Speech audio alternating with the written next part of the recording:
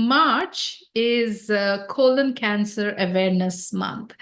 And we thought, what could be a better way to kick off this call by like talking about colon cancer?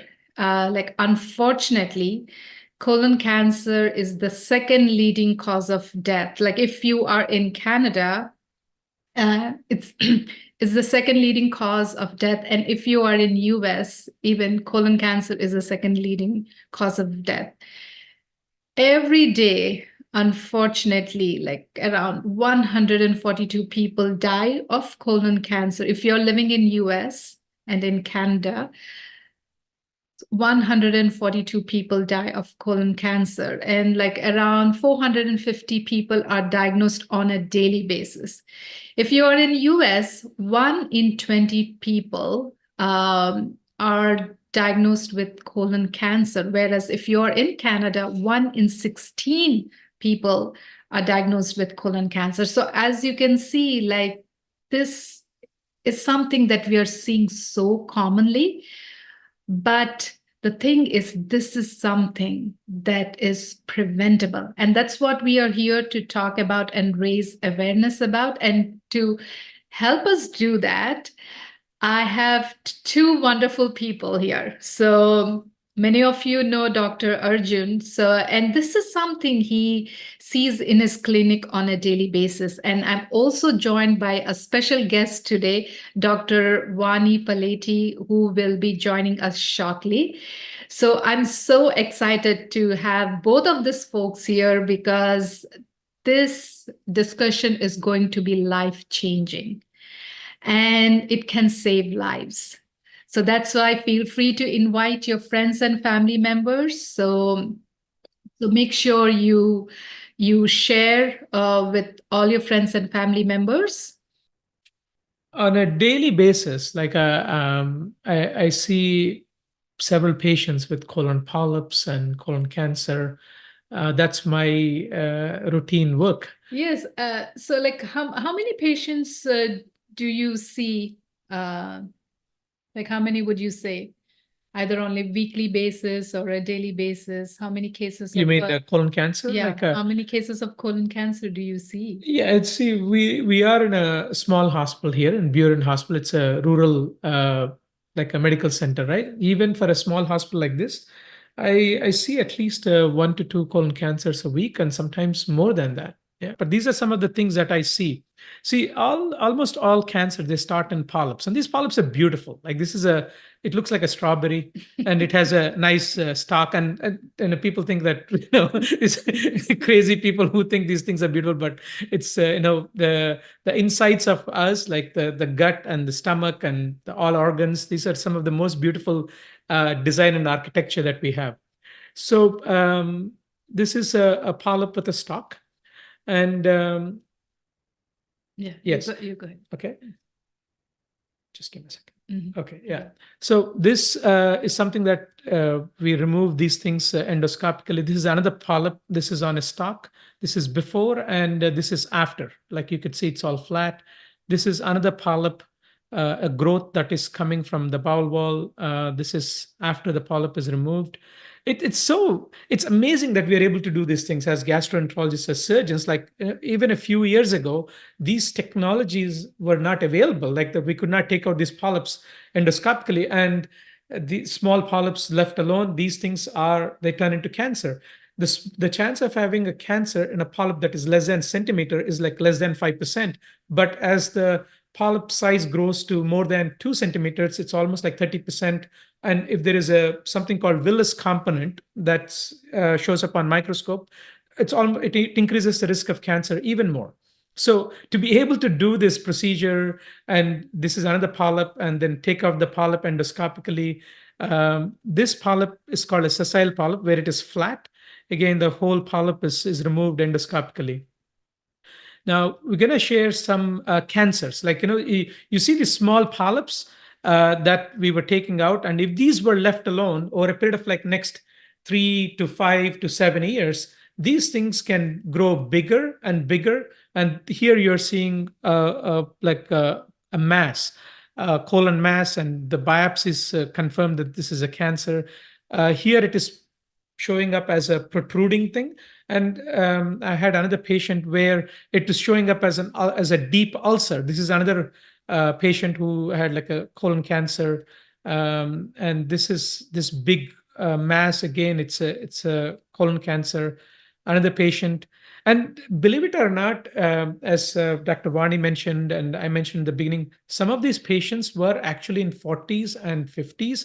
And when I did the workup, like to see if they had any metastatic disease, that means if there is any spread, uh, like majority of them don't have any spread, but about 10 to 20% of them on the initial CAT scan itself, they had spread to the liver, putting them in a stage 4 disease, as Dr. Vani said. Once it becomes stage 4, the 5-year survival goes down from like, stage 1 or stage 2 being like 70 to 90% to 13%. So uh, the good news is these things are preventable. Like these colon cancers, in majority of the cases, I'm not going to say every time, but from what we know based on the science and the information that we are sharing, almost 80% of these colon cancers are preventable. That's what the data is showing. That's what the science is showing. And a big part of this, what increases the risk of colon cancer is a diet and lifestyle. I like to call it lifestyle link, and some of the things that Dr. Vani already mentioned. I'm not going to repeat them, but it's very, very important that you focus on fiber.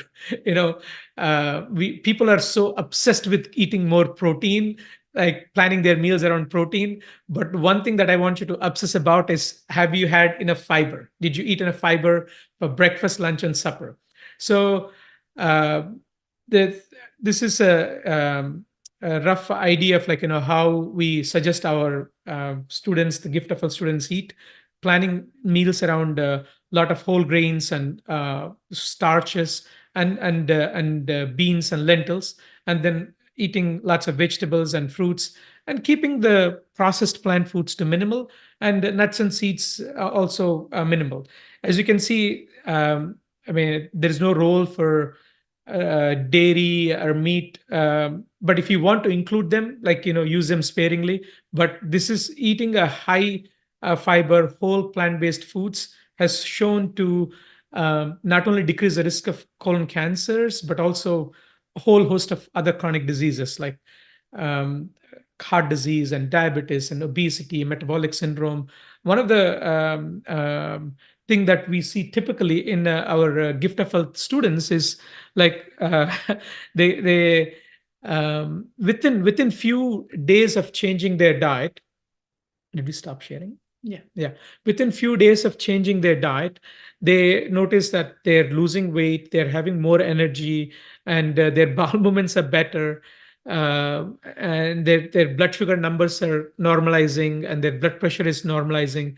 Acid reflux is one condition that gets better within a few days. Arthritis gets better. So it's not just one disease. Like when you start giving the right fuel for your body, your whole system starts undergoing rapid healing.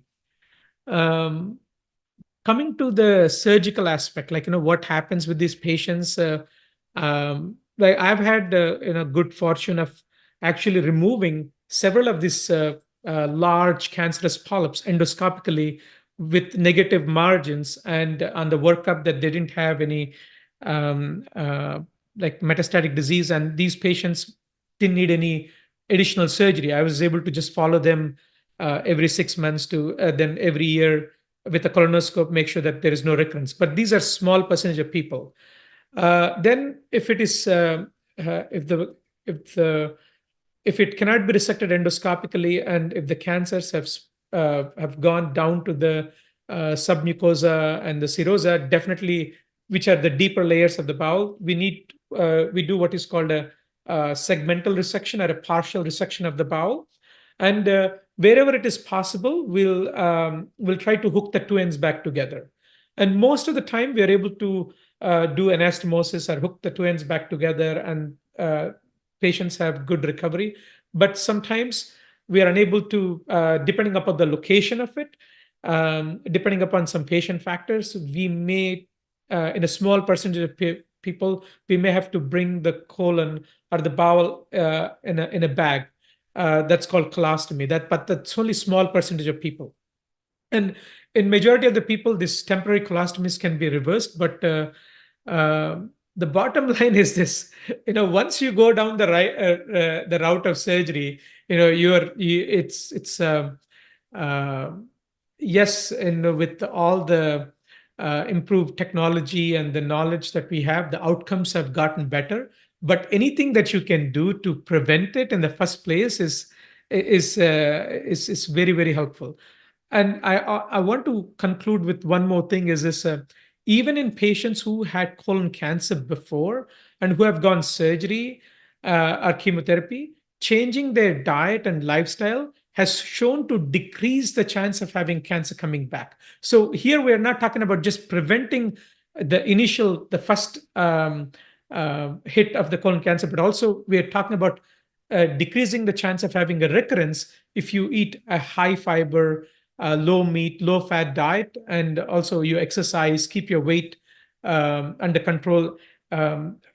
One factor I think everyone should know is just the obesity itself. Like, if you're overweight, that as research shows that could increase the risk of getting colon cancer by almost by 30%. I think other factors Dr. Vani touched upon, like alcohol, then processed and red meats. See, the thing is, some of the things that are served on a regular basis in this part of the world, in US and Canada, like sausages and bacon and ham and all these different kinds of meats, pork chops, and these things have shown, like IARC, International Association of Research on Cancer, like IARC, which is a research wing of WHO, World Health Organization, have labeled these things as carcinogens, right? These are not something that we take like lightly. So, on the other hand, like when we increase the intake of fiber-rich foods like whole grains and beans, nuts and seeds, fruits and vegetables, it there are so many mechanisms. Actually, just discussing the mechanisms itself, we could spend hours and days. Like, what are all the possible mechanisms? How meat and fatty foods could be increasing the colon cancer. I love physiology. I love how the human body works. And I spend hours and hours. Okay, if you eat cheese, the cheese, you have high fat diet, then there are some bacteria in the gut. They increase the production of secondary bile acids, and the secondary bile acids itself, they are showing up to be carcinogenic.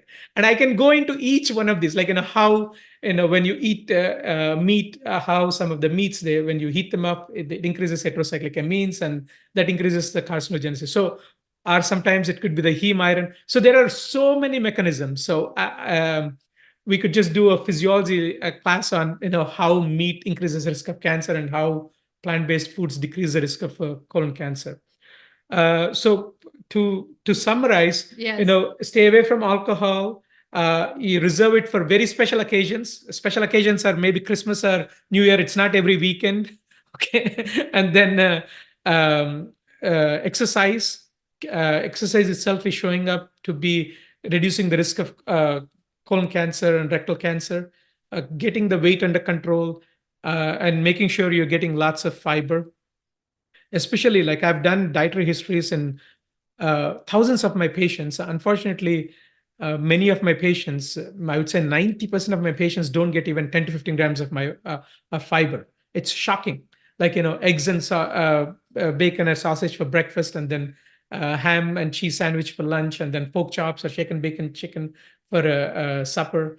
Like, the diet is primarily based on meats and the processed foods, and not much whole plant foods like fruits and vegetables, whole grains and beans, and these type of eating, it increases the risk of getting irritable bowels, Crohn's disease, colitis, constipation, hemorrhoids, and gallstones, acid reflux, and over a period of time, like a whole host of other diseases as well.